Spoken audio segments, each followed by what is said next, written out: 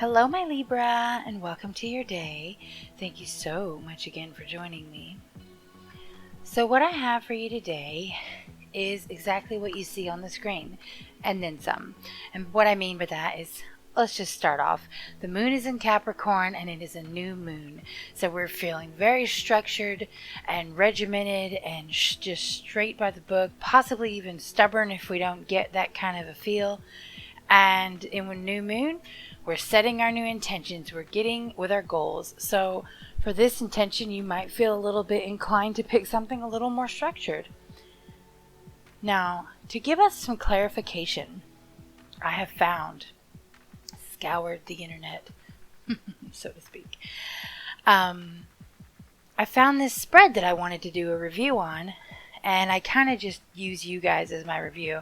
It is called the New Moon in Capricorn Spread, and it goes over how one might feel while in Capricorn through the different cards of what it means to have a new moon in Capricorn.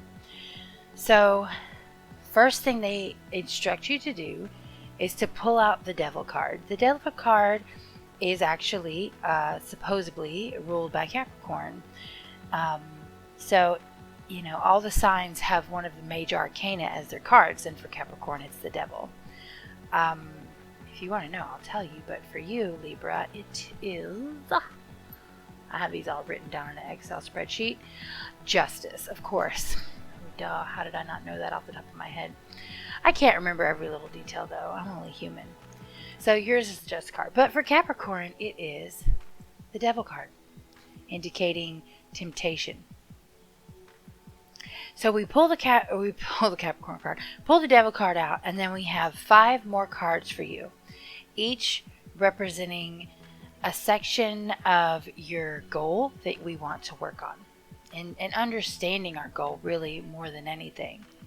So for you, or for everyone who does this reading, and by the way, I'll have it linked in the description down below, so if you want to do your own reading to get more clarification after today, or just see where I'm coming from, it's from the website Labyrinthios, if I'm saying it right, and you have to search through their blog, but I'll post the link.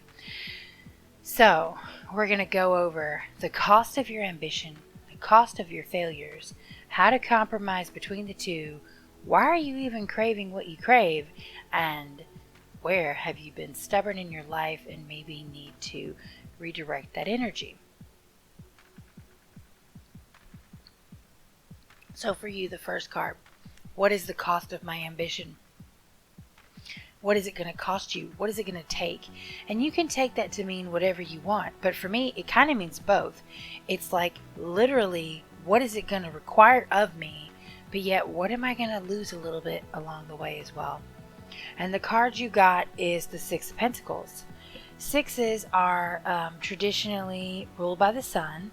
They're a sign of beauty and deal with like idealizing of a thing. In this case, money. So the Six of Pentacles, you have someone that is possibly generous. They possibly have a good sense of balance. I do believe this card is somewhat ruled by Libra, you. And you also have this kind of on top of the world look aspect of things where you see yourself really in a place of understanding. But as we all know, a 6 is not a 10. You're only about halfway there. So when it comes to really understanding where you're at, you have this need to be balanced, to be generous, to be just kind of focused on physical and financial things. I don't personally know your goals, but most goals usually are financial or physically related. Some people do have mental and spiritual and emotional goals, but Libra, it looks a little bit like yours are in the here and the now. And so the cost of your ambition is going to be a need to be focused financially on money, to be generous though, not just greedy. You're not holding that wealth to you. A 6 is like an ethereal card when it comes to finances. You're very much just open and inspiring and at awe and willing and able. Those are the energies that you're giving off here. You know, you have an appreciation of money. You have an appreciation of balance and what that means. But it's also going to cost you what you're essentially going to lose because of this. In order to get what you need, you're going to have to give. You're going to have to give up things. You're going to have to give up money. You're going to have to give up status and time. You're going to have to balance things. If you don't, then you're not essentially going to get what you're wanting, whatever it may be. So let's move into the cost of your failure card. We'll just move right along, give us a little more clarification. What we have over here is the Hangman. If you're not able to give of yourself truly and let that go, even if it feels like it's more than you're willing to give up because it's financial, okay, because it's physical, because it's possibly your time, which to me, I always put time into a financial and physical realm because time is money, okay?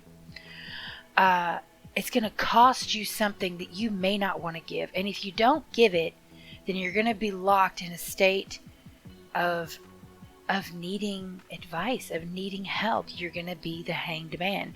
You're going to be in a position where you may not even realize you're in that position, you know, but you're going to need outside help. And maybe not in the sense where people literally have to help you, like not literally helping you financially, but you're going to have to look around and find guidance. And it's difficult when you're in the situation of a hangman to do that. The hangman is the position to stop and look around, see what's going on, see where everything is at, get a better understanding. But this is a card also of sacrifice, one of someone who is not able to just walk around freely and get advice, not able to communicate easily with others. This is very emotional, okay? You are going to have to force yourself into a different emotional mindset to where you are able to let go of what you weren't able to let go of. It's very complex here, what we're seeing, and I may seem like I'm kind of all over the place, but the Hangman is a card of one being all over the place mentally. You don't have guidance in your own mind. You're emotionally all over the place, but you're not literally going anywhere. You are sacrificing of yourself by, like, literally you sacrificed your life. Like, you, how do I put this in a better sense? You didn't get anything that you thought you were going to gain. You sacrificed everything without even knowing it, you know, because you were unwilling to balance and unwilling to give. You ended up giving up way more than you thought you would. And I think now that I've said that out loud, that's really what I'm seeing. If you can't force yourself to balance your life financially and give when the time is appropriate to give for others, even if you feel like you don't want to, Libra, you are going to lose more than you even realize on an emotional level. Let's get further clarification. We've got 3 more cards to read. So how do we compromise? That's the next card. How do we not give up more than we want, but not lose either? How do we find an even ground where it doesn't feel like compromise, where it doesn't feel like we're having to give up more than we desire? And here we have the 6 of Wands. How funny, we have a 6 on top of a 6. So the 6 of Wands is a card of success and praise and being open for recognition. It's also a card of strength and overcoming without effort. So how is this a compromise, you ask? Because it's all a state of mind, okay? You've transitioned from a physical realm into an active realm. You've transitioned out of a state of being landlocked, where you don't want to give, to one where you're just allowing others to fuel your fire. If you do things on a level that maybe you don't want to, you may be surprised, okay? I hope you are, by by the, how do we, like, maybe attributes, no, the compliments and the praise that you're going to get from it. People are not just, this is not a situation where people are just taking from you and you're just having to put up with it, okay? When you get into this position where you need to give of your time and your money and your energy and you don't want to, know that others are grateful. They are truly grateful of you. They're not wanting to just take advantage of you. And that is very important here. So that is a good compromise to understand, that though you may not want to do it, it's not without appreciation. It's not without possibly creating new avenues, new bridges that are going to help you in the future. That, like I says, the Hangman, you're giving up more than you even know.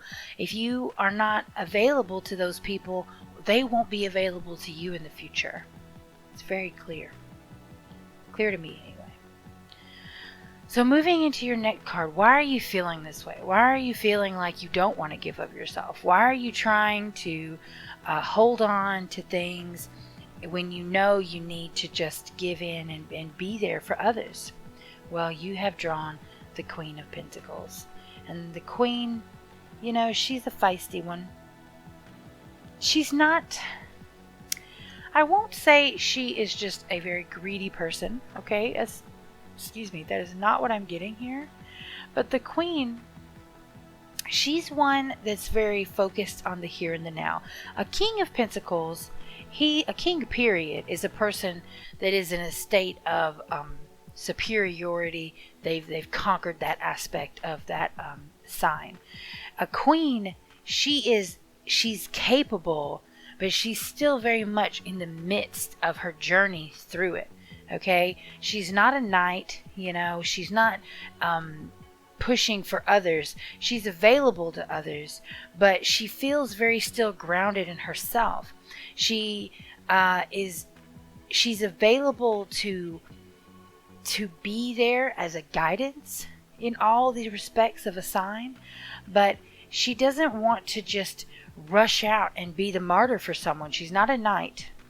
Okay, so in this respect, we have the Queen of Pentacles. Very much as she sits on her throne, two hands on the money. Okay, that's important to understand. Not all of her is she two hands on anything, but there are a couple of instances where she is two hands. And what that shows us is that she's not taking her eye off of it. She is very much focused on that goal. She is not trying to share it with others. She is a symbol, is what they say. She is a symbol for security and a sharing of wealth kind of thing. She's gonna, maybe help you understand how to invest. So she is someone that will share knowledge, but she doesn't feel like she's in a position to share literally. So maybe you feel like you have worked hard for where you're at, and you feel like, why do I have to give up what I just earned? I just got here.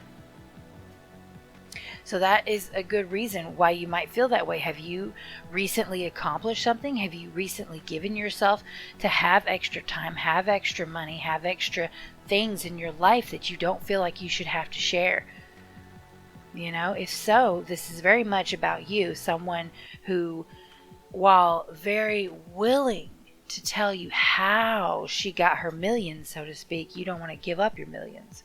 Whatever those millions are, millions of seconds, millions of pennies, whatever they are.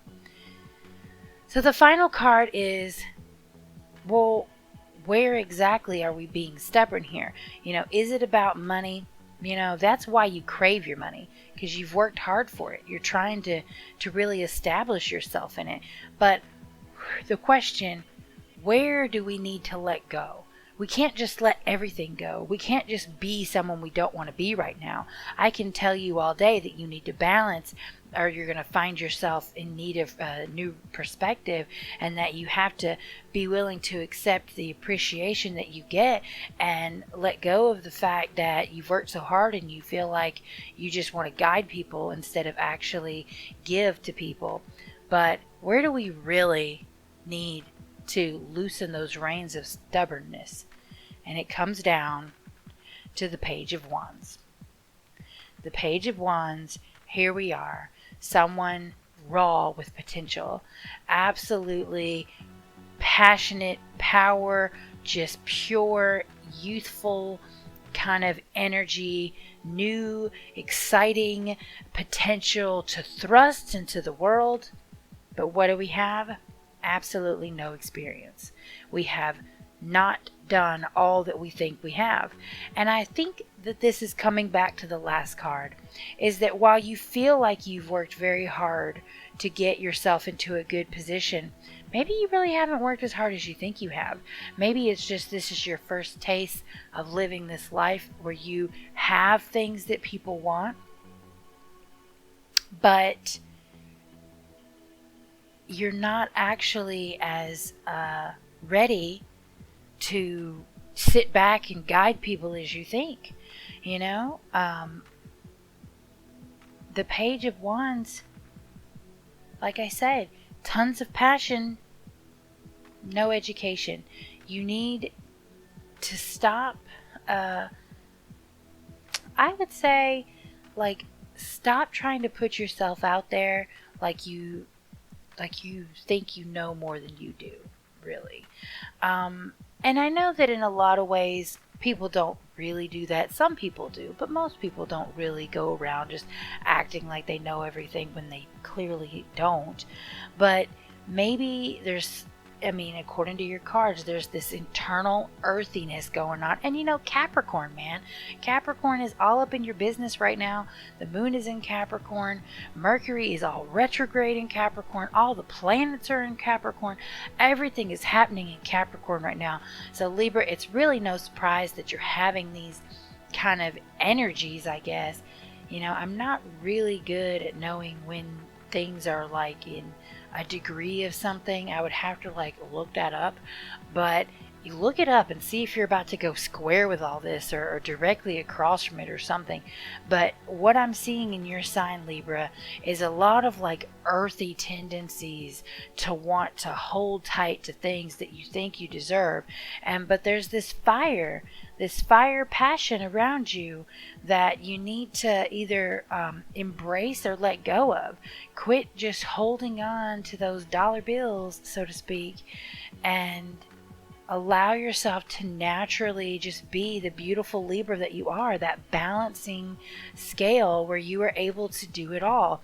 You, if you try to weigh too much in your own pocket right now, and I mean like weight it down on your favor, it's going to come back and bite you in the butt. So when it comes to selecting a goal, let's just speed on to that. When it comes to selecting your intention for the next 28 days in this moon cycle, I would suggest that you select something that is going to benefit more than just yourself. Select a goal that will force you to think on a me and them kind of situation. Something that is for you and your sister. Something that is for you and your husband. Something that is for you and a coworker. You and a friend at school. Make sure that this goal, it's only probably going to be you doing it. You know, it may or may not have other people, you know, pulled into it, but make sure you're not the only one that benefits. That it will help you find some balance. That will help you naturally want to give more to a situation, because you know that you all have to succeed together. It's like, you know, the weakest link kind of thing.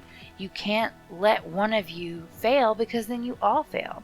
So that would definitely be something that I would consider if I was a Libra, selecting a goal that was not centrally focused on me, which is essentially the complete opposite of what Aquarius got. They were told to focus more on themselves. So, Libra, that's all I have for you today. I hope you've enjoyed this reading. I hope it's helped you.